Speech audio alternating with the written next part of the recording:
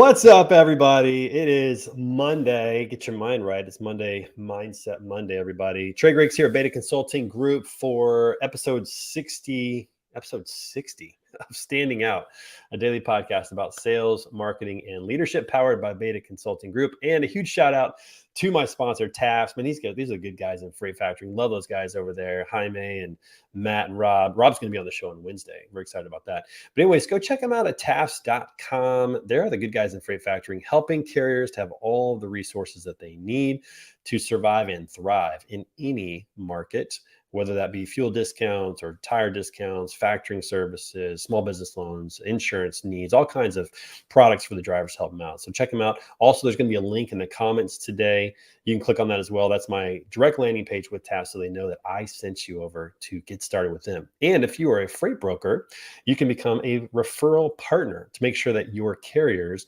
have all the resources that they need to really cash flow their business and to thrive and to grow and to continue to be able to service your freight that you have for them. So again, go to tafts.com, check them out, or click on that link in the comments or what you see scrolling across the screen right now, and go let them know that I sent you there. Also, if you want to do me a quick favor, I'd love for you to go to betaconsultinggroup.com, check out how we can help you with your marketing services. And we're going to be upgrading the website soon. So we'd love your feedback on what's good, what's not good.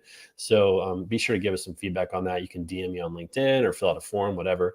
It'd be great to hear from you guys. But check us out how we're helping companies with their marketing, with their messaging, content creation, podcasting, all kinds of great stuff around building their brand, social media included, all that good stuff. All right. So we got a great week of shows this week. I'm not going to put up the graphic this time because we got a small correction to make. But we got a great week of shows this week. Today, one of my fellow St. Louisans is going to be on the show. We had sushi about a month and a half ago now. And I was like, this guy's sharp. Need to have him on the program. And it turns out that we're also doing some collaborative work here in the future, which we're going to talk about. So let's just go ahead and get the show started. Everybody, please welcome my good friend, Dr. Mark Manera. Mark, what's up, brother? How are you, man? Hey, thank you so much for having me on. I'm doing great. How are you doing? I know. We need to make another sushi run, man. That's what I'm saying. Yes. So Well, okay. I'm not a sushi, I'm a sushi fan now. You weren't. You introduced me to the world. And I was talking to my sister and her husband, so my brother-in-law, are huge sushi people. And I would just be like, I would be like, no, I'm all good. I'm good. I'll stay home. I'll eat whatever. And then you invited me, and now I'm leaning towards the good side, I guess, like you said. And that's right. Yeah, it was awesome. Right. No, it was good. And so we're definitely have to make that happen again really soon.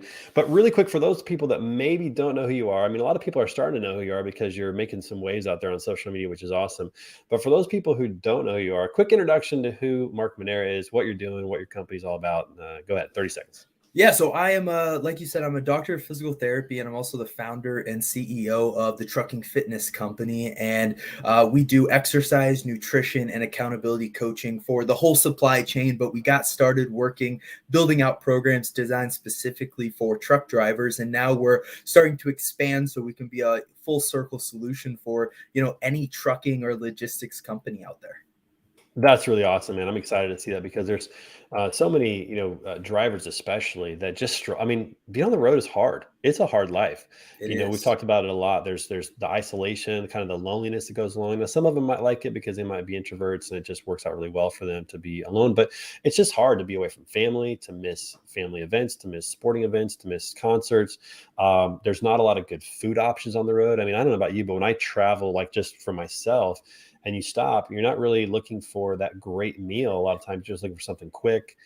Gas stations they sell processed food at gas stations. There's not a lot of opportunities for them to work out or to stay healthy. And so having, some tips from a guy like you and resources, I think that's just awesome to provide that. And there's several others that are doing that. We need more people to continue to kind of put an emphasis on this, just help drivers out and give them the opportunity, the tools, the resources that they need should they choose them to stay healthy, because it's tough out there. It is.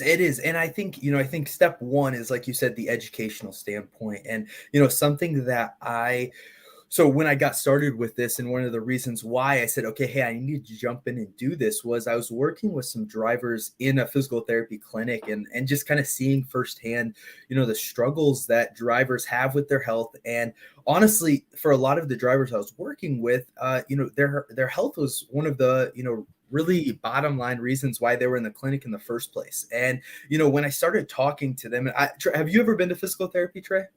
I have not. I probably should. I can't stretch for Okay. anything. No, okay. So it's not like going to an MD, you're in and out in 5 minutes. Like, when you're in PT, you actually develop a relationship with your physical therapist. And I got to know the drivers, I got to talk with them, I got to hear about their day-to-day life.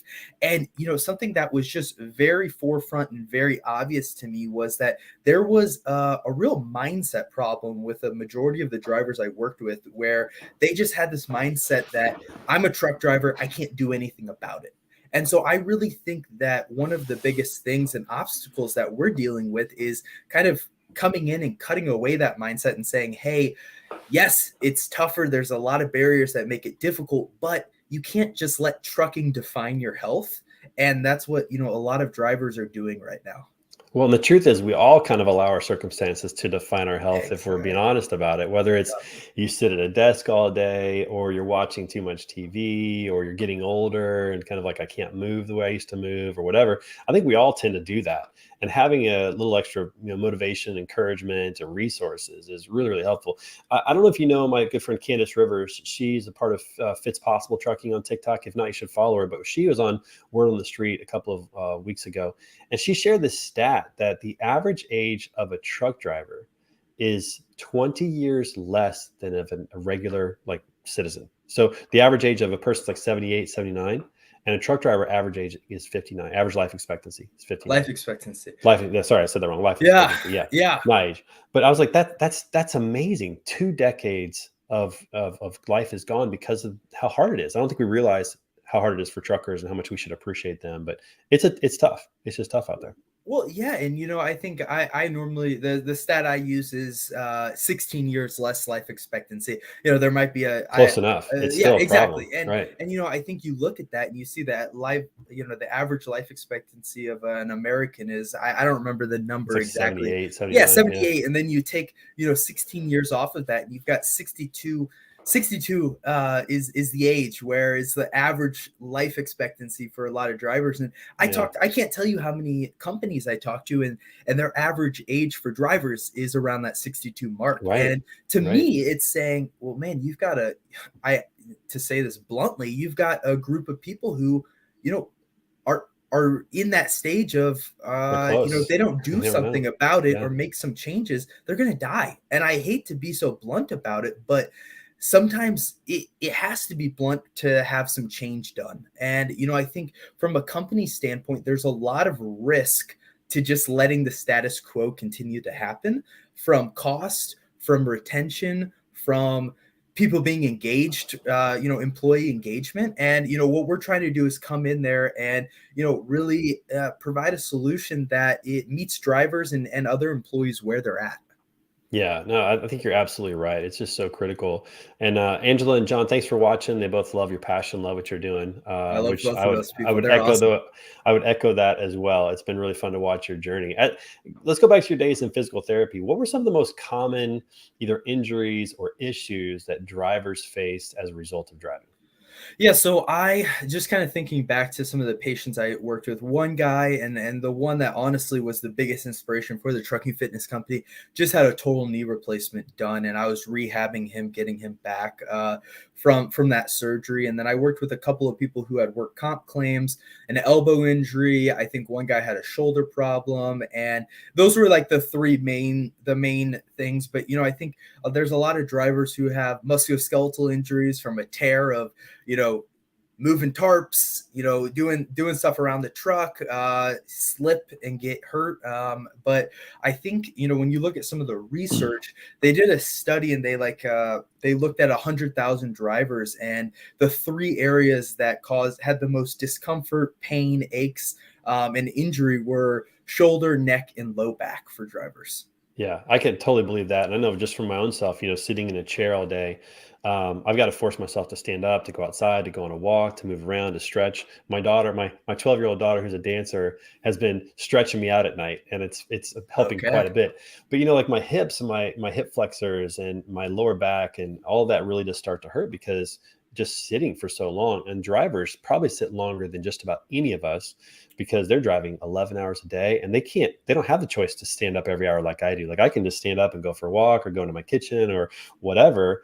They don't even get that option. A lot of times they are just literally sitting for, half of a day. And so there's a lot of just, issues with, I imagine, with joints and tendons and all of those types of things as well. Lower back for sure, for those types of things. So there's a lot of issues going on, but I'm sure you've seen just about all of them in your line of work. So that's pretty cool. Well, yeah, and I think just like you said there, like I think that when you look at that just point blank and say, hey, a driver drives for what, 8 to 11 hours a day, maybe they're out on the road and doing other work for up to 14 hours during the day, and you can kind of take, there's a fork in the road, and you can kind of take two paths. You can take path number one and say, well, that's my lifestyle, I can't do anything about that, and kind of just keep going down the path where a lot of these drivers find themselves. Or you can say, hey, I know that, I sit behind the wheel, and that's how I, keep a roof over my family's head. I put, food on my kids' plate. I can't control that, but what I can control is, the time and the things that I do outside of sitting behind the wheel. And that's what we're really focused on is, putting all of these drivers' energy towards the things they can control. Because when you just look at the things you can't, it just piles up, and you've got this huge mountain that just is easier not to climb than actually do something about it. Yeah, and I love that you're really big on fun, not just fitness, but really on overall health and what you're Yeah. eating, what you're putting in your body. Are you drinking water? I think the majority of people are closer to being dehydrated than they think because we don't drink water as a culture. We drink all these other things, sugary drinks or whatever, energy drinks, all those kind of things that don't have just a lot of good solid water content. A lot of the foods we eat are processed, and so I notice a lot of your content on social media is about, hey, eat something differently, drink something differently. Again, back to the ways, all things they can control, and when you focus on things you can control, it changes your whole outcome on life. Yeah, I think health and fitness, I normally talk about nutrition like this, but I think just fitness in general, a lot of people look at it as this light switch. You turn it on, I'm like the healthiest person in the world. You turn it off, I don't care. Hand me the bag of Doritos and let me kick my foot up and watch Netflix, right? But I think instead of looking at a light switch, I think a lot of people should switch their mindset and say, hey, it's more like a dimming light. And most people are somewhere in the middle there. And instead of saying, hey, I need to flip the light all the way on and move all the way up and as bright as possible, what if you just move it, 10, 15% brighter and make one or two changes that's in the right direction, gets the ball moving or gets the tires turning, right? And just starts to build some of those wins. And then I think a lot of people will be really surprised how much of an impact, one or two small changes to their current day-to-day routine done consistently can have on them in the long run. It's that compound effect. And I know for me, I tend to be kind of an all or nothing kind of a guy. My wife makes Mhm. fun of me about this quite a bit, but I tend to be, either I'm going to do everything 100% or I'm not going to do any of it, as opposed to just seeing that motion going. I've learned over time that fitness is a lot like your health is a lot like your marriage, like other things. Like you're improving it right now, or you're maybe not improving it right now. There's really no status quo. But if we just keep making those just little bitty improvements, just to be a little bit better today than we were yesterday, that's the right direction, right way to go about that. Yeah, and I look at it like kind of like marketing, right? If you don't, you can't, everyone wants to have this huge, giant, perfect plan and everything's lined up. And a lot of the times that's awesome, but if you just show up every day and do a little bit, you get a lot further than making sure you have this perfect plan and then implementing something. Because a lot of the times when you map out this perfect plan, when you go to implement it, you realize, oh, this is not realistic for the long run, right? And so, Right. I look at it very similarly of like, the people who win in the long run are the people who consistently show up and do it every single day. And to do that, you have to set aside a plan that's possible, it's realistic, it's something you can do on a consistent basis, but then also you have to layer in that accountability. And that can come from multiple areas. But I think for drivers who have this isolated lifestyle, who don't have a lot of people who are on their side or make them, feel like relates to them, I think us coming in and being able to say, hey, we're here for you. We want to hold you accountable. Every health and fitness journey has these high points. We want to be there to high five you and say, great job. They also have these low points. We want to be like, hey, Trey, you haven't done a workout in a week. What do we need to do to get that, back on the right path? And I think that accountability, along with setting that plan that is, okay, this is realistic and this is something I can do on a consistent basis, and focus on action, goes so far for people. Yeah, I love the words you said, is just show up. That's the most important part. It's like if people just, walk in the gym, there's a much higher likelihood they're going to do something than if they don't walk in the gym at all.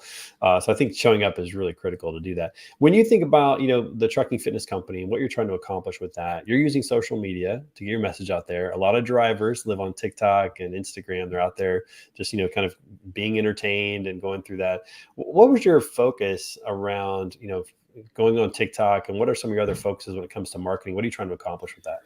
Yeah, I think that there's I think there's a couple of things. So I guess number one, from an overall mission standpoint, we're really trying to create a healthier supply chain. And that started with drivers, and now we're starting to go a little bit wider, and there's people all across the supply chain, from dispatchers to brokers to people in the warehouse to a lot of drivers who need that focus. And we're trying to provide very niche down solutions and programs and coaching experiences for each of those categories. And so that's something from an overall mission. And I think as a part of that, we're trying to get our name out there and give very actionable advice to drivers, and using the platforms like TikTok and LinkedIn are probably our biggest platforms. But I think the biggest part of the social media aspect, and why I think it's so important, is kind of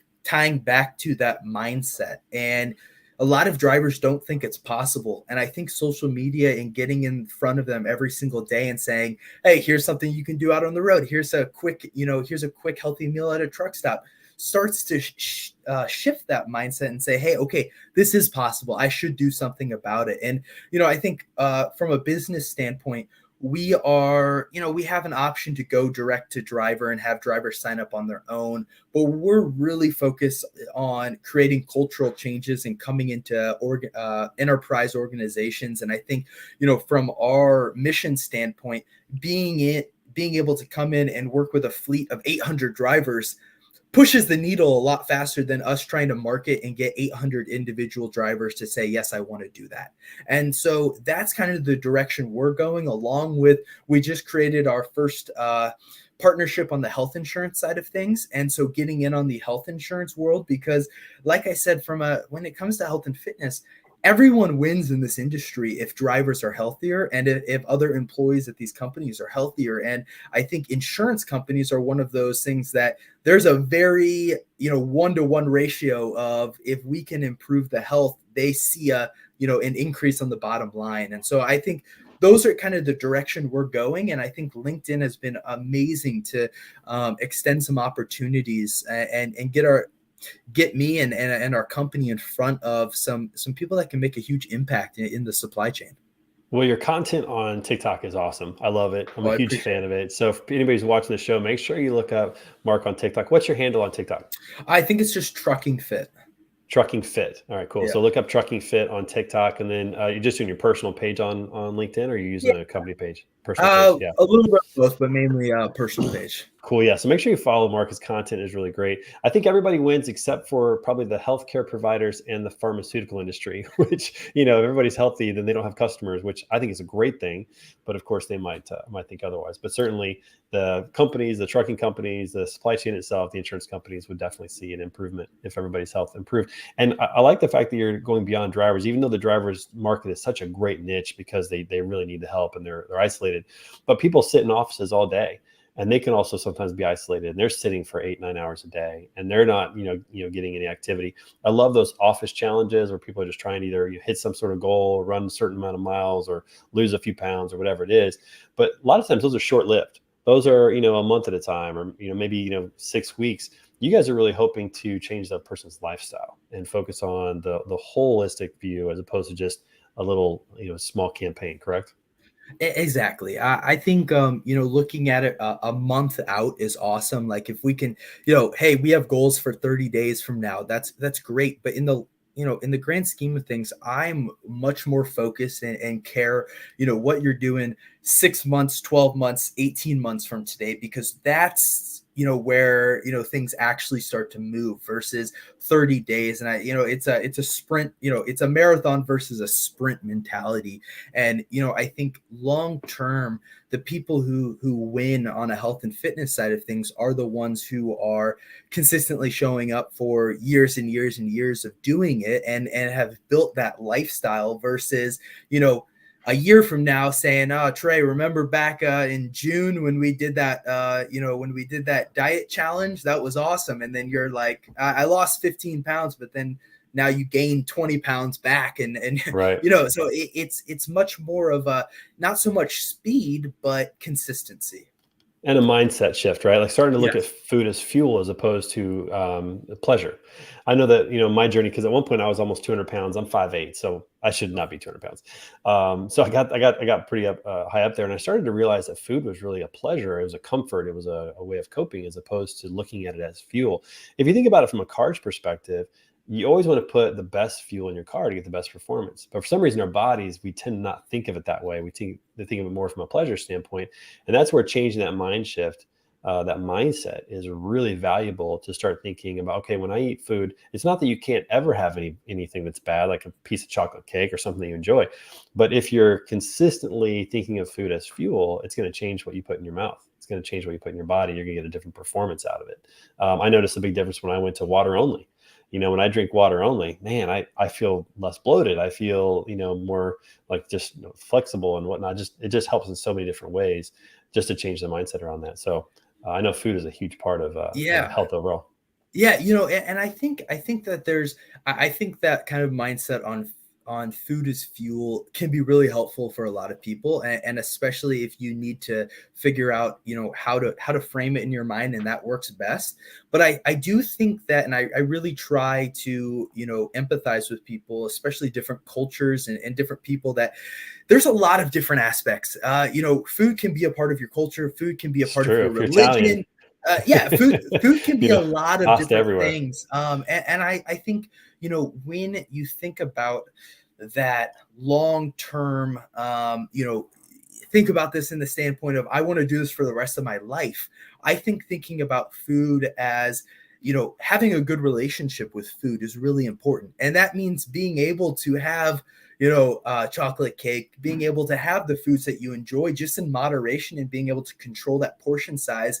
And I think for a lot of people, the problem that goes wrong is not having chocolate cake, it's having 3 slices of chocolate cake. And it's like this all or nothing mindset. And if people just learn to, have a better relationship with those foods that they enjoyed, obviously, chocolate cake versus some fruit, a healthier decision is fruit. You should probably eat more fruit. You should be eating fruit every day. You should, fruits, vegetables, lean proteins, all these different things. But that being said, if you enjoy chocolate cake and you want to have it on a weekly basis, have a slice of chocolate cake. You just need to be able to understand, hey, I'm going to have a slice of cake at dinner, so I'm probably not going to have the Krispy Kreme donuts that gets brought into the office or the terminal for breakfast. And having that balance point, because I Right. think that's the mindset that can turn into a lifestyle versus saying, I have to restrict everything.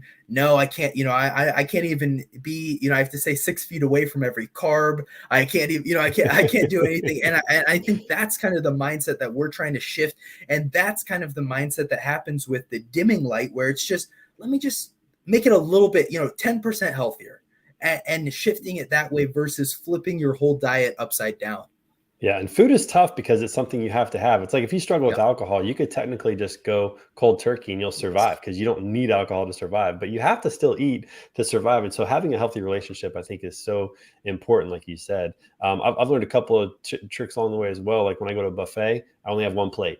I There you don't go go. back for seconds, right? I mean, because you can go back 3 or 4 times, or eating until I'm full as opposed to eating until I'm finished. Like, when I grew up, I mean, you probably remember this. My mom was like, "You're finishing your plate of food. You're Yep. finishing everything on there, right?" That was kind of the mentality back then. You don't waste anything.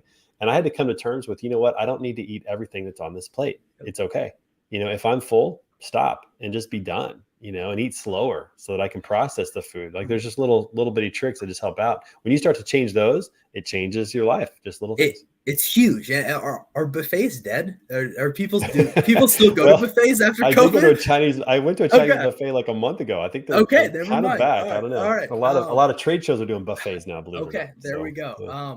But yeah, no, I think think that's good. I grew up. I'm 50% German, and I have that mentality of the World War II mentality of we don't have no food goes to waste. That's right. My grandpa used to make this thing called poison soup, where he would take everything out of the fridge at the end of the week and just put it throw and it in. make this like soup thing. It sounds Disgusting. disgusting. Yeah, exactly. But it's the It sounds mindset, right? terrible. And it's the same thing of when it comes to, hey, I have this weird thing of I put food on my plate, I need to finish it. And I think a habit and something that I'm trying to instill, and I think it's especially important for people who have that I eat really fast and I struggle to figure out, what my body's telling me from a hunger standpoint, is I like the mindset and the habit of eat until 80%. Right. And because a lot of the times people are eating so fast that Right. everything, their Process, stomach yeah. and their brain doesn't catch up before they completely fill their stomach, and they Right. end up overeating until they feel full. And Right. so eating slower, putting your fork down between bites, taking a drink of water or taking a drink between bites slows things down. And a lot of the times you feel full before you traditionally would feel full because you finished your whole plate. I think that's a great That's right. takeaway. Yeah, that's right. A lot of good tips. Or a lot of times, if you feel hungry, a lot of times you just need a little water. So just like little Yeah. things like that during the day. But all right, so we've talked a lot about food. We got about 3 minutes left. I'm very excited because you're going to be down in Orlando at the Transportation Marketing and Sales Association conference, the Level Up Conference, June 5 through 7. You're going to be speaking at the conference. I think you're hosting some classes. Is that correct? Some fitness classes. Is that right? Yeah, so I think I think it's really cool that they are really trying to kind of take a different approach than the average transportation uh, you know conference would take, and provide other amenities and opportunities for the people attending. And one of the ways that they're doing it is by having fitness classes in the morning, and I'm really excited and honored that they asked me to come and lead those. And I'm excited to use that as a way to start the conversation about health and fitness and supply chain, and at each of those people's companies, and really be able to open up that conversation. And